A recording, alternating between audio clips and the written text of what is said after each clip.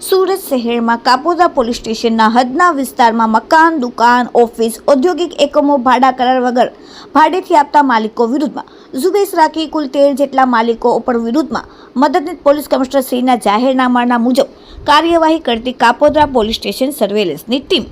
આજરોજ કાપોદ્રા પોલીસ સ્ટેશનના sub inspector MB Vaghela સાહેબ અને સર્વેલન્સ તથા પોલીસ માણસોની બી અલગ અલગ ટીમો બનાવીને કાપોદ્રા પોલીસ વિસ્તારમાં અલગ અલગ ઔદ્યોગિક વિસ્તારોમાં મકાન, દુકાન, ઓફિસ એકમો ચેક કરી ભાડા કરાર વગર ભાડેથી આપેલ એકમોની ખરાઈ કરી આજે